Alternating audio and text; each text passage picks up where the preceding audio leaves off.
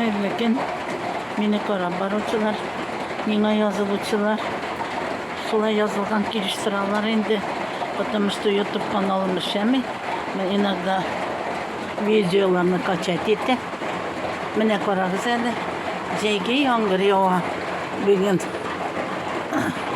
Xudayning rahmeti bilan motor ittirib buzlarsızgına yol gitsin.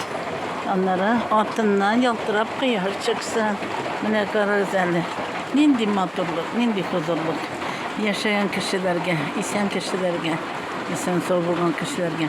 Önetiginde almagaç ezilip kıyılıp düştü. Butağı bilen ezilip düştüğüne kayrılıp köterip almadı almasın. Yararın işletesin büyük bir olmaz bulgan şimdi. Oturgan nerseşler indi bu almaların köterir mi yok mu deyip. Şimdi benim çiçekler attı. Mene fluksiler, birisi rozovitiste, birisi aktiste. Allah şükür berengeler ama çiçekte oturan. İlk adına buldu, attığı bilen.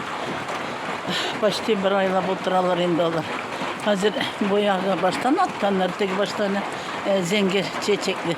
Buna birine bu kızıl berengi bulurga deyir. Allah şükür dünya tınışlansın, manturlansın, tırmışlar tağında. Kılayım Rabbim bir kılayım. Mene cilek, üsü bu tarafımızı. Dışarı çiçek atada bire, çiçek atada bire. Relax saat sayı. Min beyle oturam. Bir anda da mene Allah şükür isen soğuna tınıştırmış bile barçabızga da isenlik dilim. Manturtırmışlar. O bakıda isenlikle soğukluğunu kırmış. Mene qarasa, men bir anda da oturam. Relaksasiya deb atalaydı. Yağmur yağmış. Yaxşı yağmur. Temne yağmur yoksa jeyge. Mene hali jeyge yağmur yağar. Anda çırıkta bızı bulmasın. Mene bir köngül rahat. Temnegine hazır mene kıyaşta yaltırıp çıksa da rahat bulur.